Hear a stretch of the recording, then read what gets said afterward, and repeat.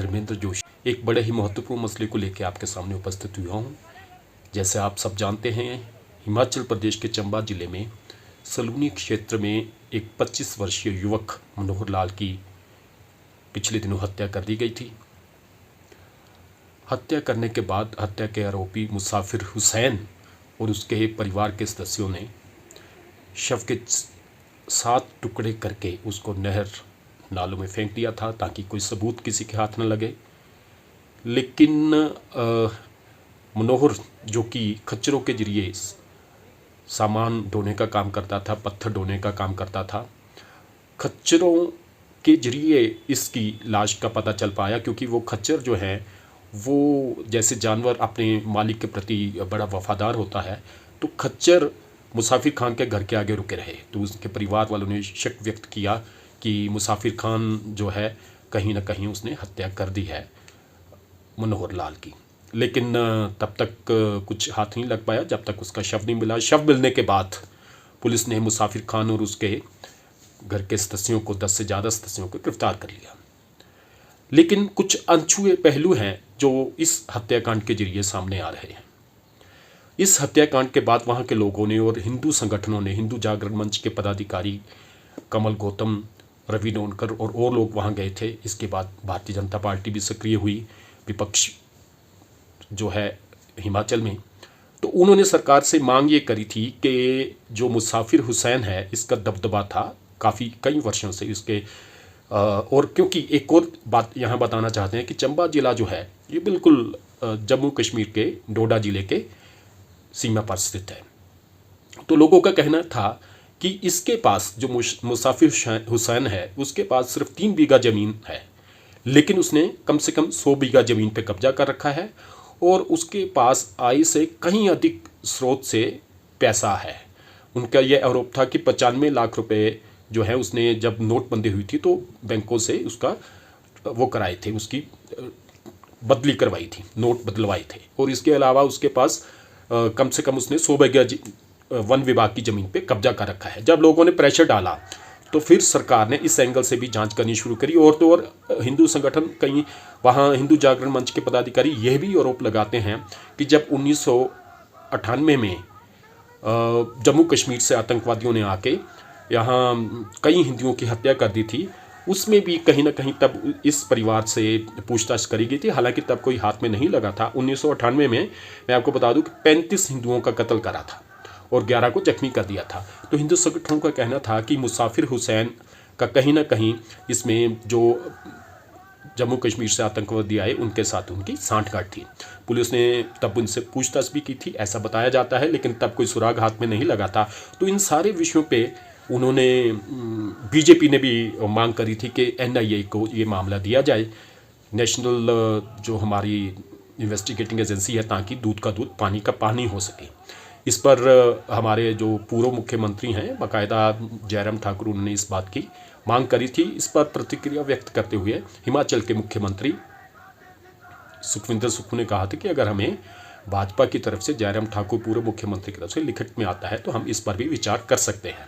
खैर, अब मामला ये है कि जब वहाँ के लोगों में आक्रोश था, लोगों के आक्रोश के चलते वहाँ वन विभाग और जो रेवेन्यू विभाग है उनके अधिकारियों को कहा गया प्रशासन की तरफ से कि आप जांच करिए कि क्या इसने कब्जा कर रखा है किसी ज़मीन पे और नहीं। तो 25 बीघा ज़मीन जो है इसके कब्जे में पाई गई है, वन विभाग की 25 बीघा ज़मीन।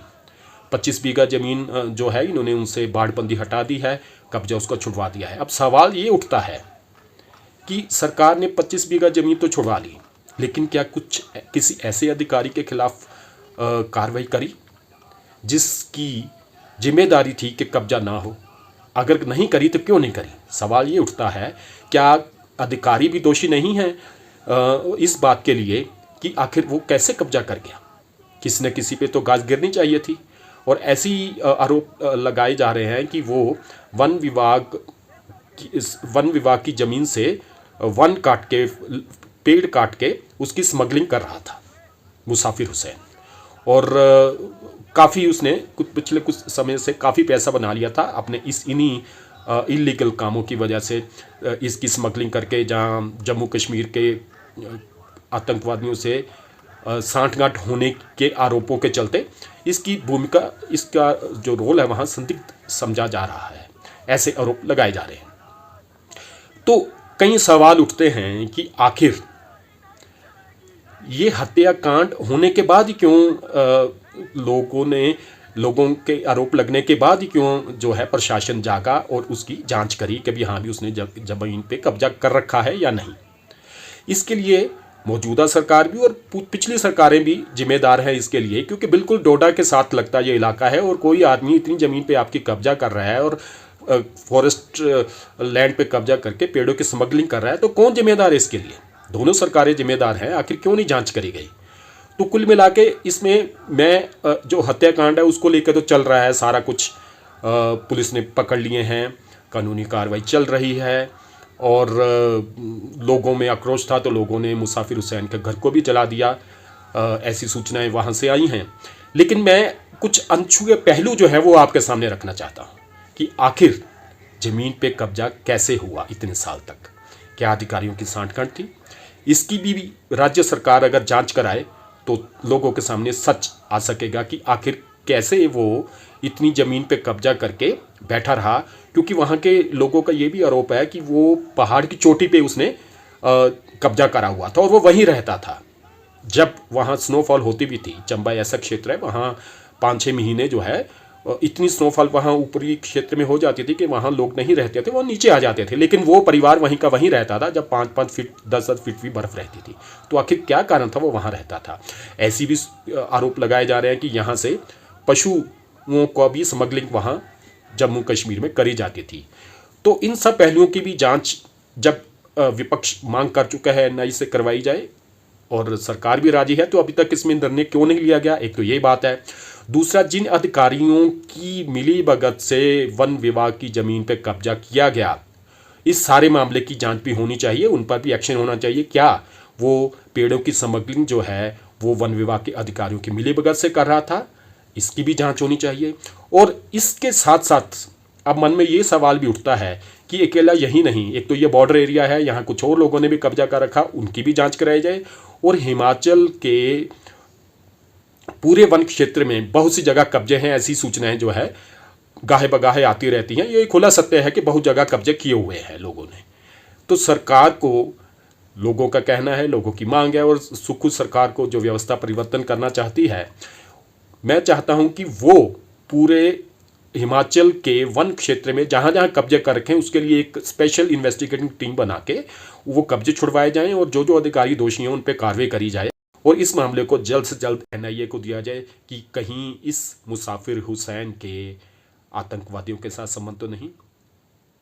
तो ठीक है जी, मुझे उम्मीद है कि आप इस वीडियो को ज़्यादा से ज़्यादा शेयर करेंगे ताकि ये आवाज़ जो है हिमाचल सरकार तक, हिमाचल के मुख्यमंत्री सुखविंदर सुक्खू के कानों तक पहुंच सके और वो सही निर्णय जल्द से जल्द ले सकें। धन्यवाद, फिर मिलते हैं, बहुत बहुत शुक्रिया।